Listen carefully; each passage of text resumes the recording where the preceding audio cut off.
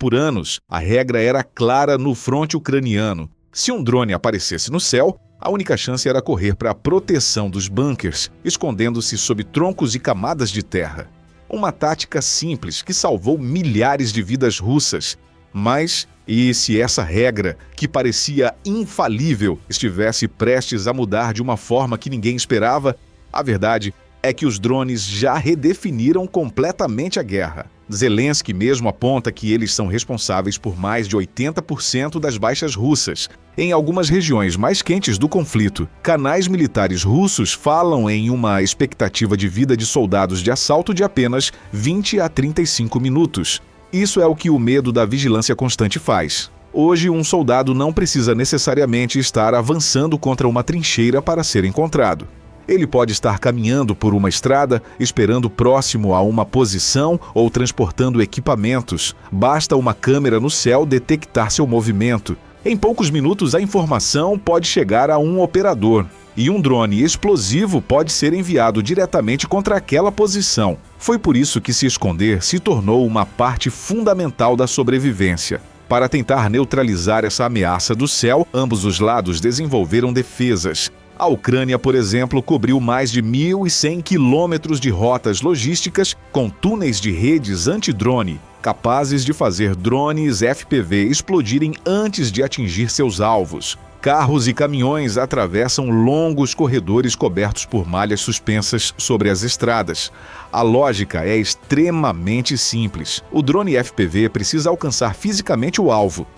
Se suas hélices ficarem presas na rede ou se ele explodir antes de chegar ao veículo, a defesa cumpriu sua função. Os russos também aprenderam a usar soluções semelhantes. Redes passaram a proteger estradas e posições. Soldados começaram a ocupar porões de aldeias destruídas. Bunkers improvisados receberam tetos construídos com troncos e grossas camadas de terra. Em muitos casos, mais de 30 centímetros de solo eram colocados sobre essas estruturas. E durante muito tempo isso funcionou. Não porque os bunkers fossem indestrutíveis. O verdadeiro problema era o custo necessário para destruí-los. Imagine um grupo de soldados escondido em um porão.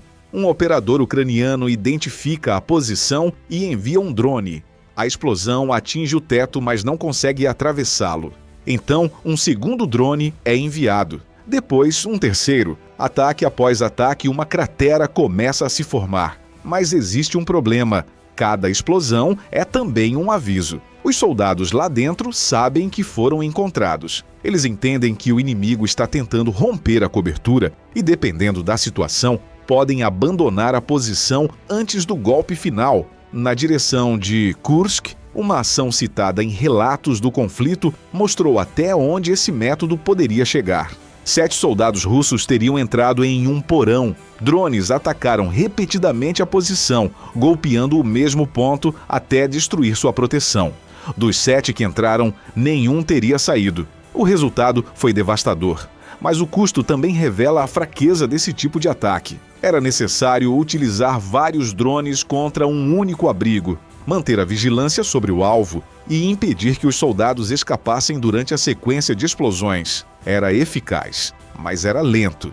E foi justamente esse problema que uma nova munição ucraniana aparentemente tentou resolver. Imagens começaram a circular em canais militares russos mostrando algo que, à primeira vista, não parece uma arma revolucionária. Uma bomba comum de drone, mas existe um detalhe estranho em sua extremidade. Uma longa ponta metálica, uma espécie de estaca soldada diretamente na bomba. Parece improvisada, quase rudimentar. O tipo de equipamento que alguém poderia montar em uma oficina utilizando peças relativamente simples. Mas é exatamente aí que está o perigo. A ponta metálica possui uma função física muito clara: perfurar. Quando a bomba é lançada de uma determinada altura, a velocidade da queda concentra a força sobre aquela extremidade estreita. A estaca atinge primeiro a cobertura e abre caminho para o restante da munição. Uma rede antidrone pode ser atravessada. Uma porta pode ser perfurada. E até uma camada de terra sobre um bunker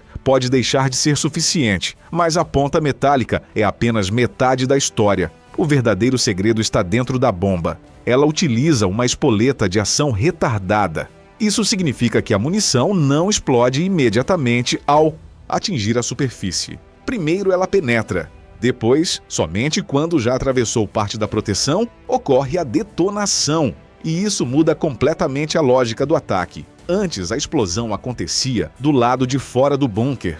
A terra, os troncos e as paredes absorviam parte da onda de choque e dos estilhaços.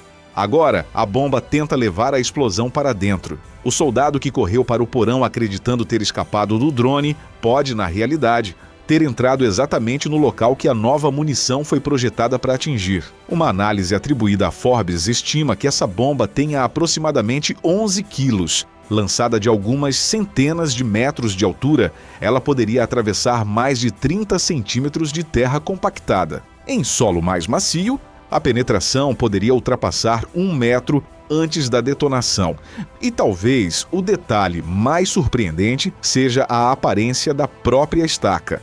Ela não parece ter saído de uma fábrica produzindo algum sistema secreto de última geração. A ponta, aparentemente, foi soldada utilizando um metal mais espesso, adaptado especificamente para resistir ao impacto. É uma solução brutalmente simples, mas a ideia por trás dela tem quase um século. Durante a Segunda Guerra Mundial, os britânicos desenvolveram 2 bombas gigantescas, chamadas Tall Boy e Grand Slam. Elas pesavam aproximadamente 5 e 10 toneladas e ficaram conhecidas como bombas terremoto. O objetivo não era simplesmente explodir sobre uma estrutura. Essas armas utilizavam sua enorme velocidade e peso para penetrar profundamente antes da detonação. Décadas depois, os Estados Unidos levaram o mesmo conceito ainda mais longe, desenvolvendo enormes munições penetrantes capazes de atacar instalações subterrâneas. Agora compare as duas situações. De um lado, bombas de várias toneladas transportadas por aeronaves extremamente caras. Do outro, uma munição de aproximadamente 11 quilos carregada por um drone. O princípio físico é semelhante. A escala é completamente diferente. É como se uma ideia criada para grandes bombardeiros tivesse sido reduzida até caber em uma guerra de oficinas. Drones comerciais modificados e engenheiros trabalhando próximos da linha de frente. E existe uma filmagem que mostra como o sistema aparentemente funciona. Nas imagens mencionadas nos relatos, a câmera de um drone observa uma área entre construções destruídas. A mira permanece sobre um ponto no solo. A bomba é lançada. No áudio, uma voz afirma em russo que a munição entrou. Nada explode imediatamente. Então, segundos depois, uma detonação surge exatamente naquele ponto. Se a interpretação das imagens estiver correta, a bomba atravessou a cobertura antes de explodir. Agora pense no que isso representa para um soldado do outro lado. Durante anos, ele aprendeu que o céu era o perigo e a terra era a proteção. Quando o drone aparecia, ele descia. Quando ouvia motores no céu, procurava um porão. Quando uma posição era conquistada, cavava.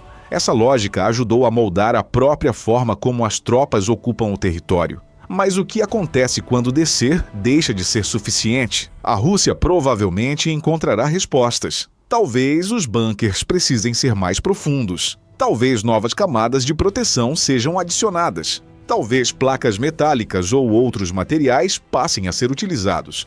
As tropas também podem se dispersar em posições menores, evitando concentrar vários soldados no mesmo abrigo. Mas cada resposta cria um novo custo. Cavar mais profundamente exige tempo. Transportar materiais pesados exige logística. Construir posições mais resistentes exige homens e equipamentos. Enquanto isso, a arma que provocou o problema pode ser relativamente barata e simples de modificar. E é exatamente essa corrida que está definindo grande parte da guerra na Ucrânia. Uma defesa aparece. Semanas depois, alguém encontra uma forma de atravessá-la. Uma nova frequência bloqueia drones. Os operadores mudam o sistema de comunicação. Redes são instaladas sobre as estradas. Drones são modificados. Bunkers recebem mais terra. Uma estaca é soldada em uma bomba. Não existe proteção permanente. Em 2024, a Rússia criou uma unidade de drones de elite conhecida como Rubicon. Engenheiros, programadores e pilotos passaram a trabalhar de forma integrada, testando equipamentos e compartilhando rapidamente o conhecimento adquirido no campo de batalha. A existência de uma estrutura como essa mostra que Moscou também compreendeu a importância da velocidade de adaptação. Porque esta guerra não é apenas uma disputa por território, é uma competição entre ciclos de inovação. E a nova bomba pode atingir justamente uma das etapas mais importantes dos avanços terrestres russos. Quando pequenos grupos conseguem conquistar uma posição, o próximo passo é se enterrar. Os soldados cavam, reforçam o local e transformam aquele pedaço de terra em uma base para o avanço seguinte. Tomar território é uma coisa, segurá-lo é outra. Se o bunker deixa de ser uma proteção confiável, uma posição recém-conquistada pode se transformar em uma armadilha. E o princípio dessa munição pode, teoricamente, ir além das trincheiras. Depósitos de munição, postos de comando reforçados e outras estruturas protegidas podem resistir ao impacto externo de um drone comum. Mas o que acontece quando a explosão ocorre dentro? É por isso que a chamada bomba de estaca chama tanta atenção. Ela não é uma arma milagrosa. Não vai decidir sozinha o resultado da guerra e certamente encontrará novas contramedidas. Mas ela representa perfeitamente o conflito moderno. Às vezes, não é necessário desenvolver a tecnologia mais cara do planeta.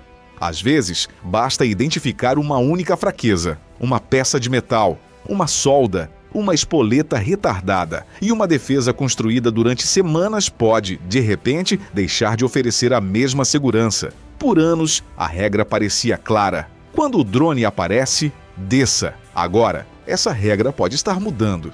E a pergunta que fica é muito maior do que uma única bomba. Em uma guerra onde nenhuma defesa parece durar para sempre, quem terá vantagem no final?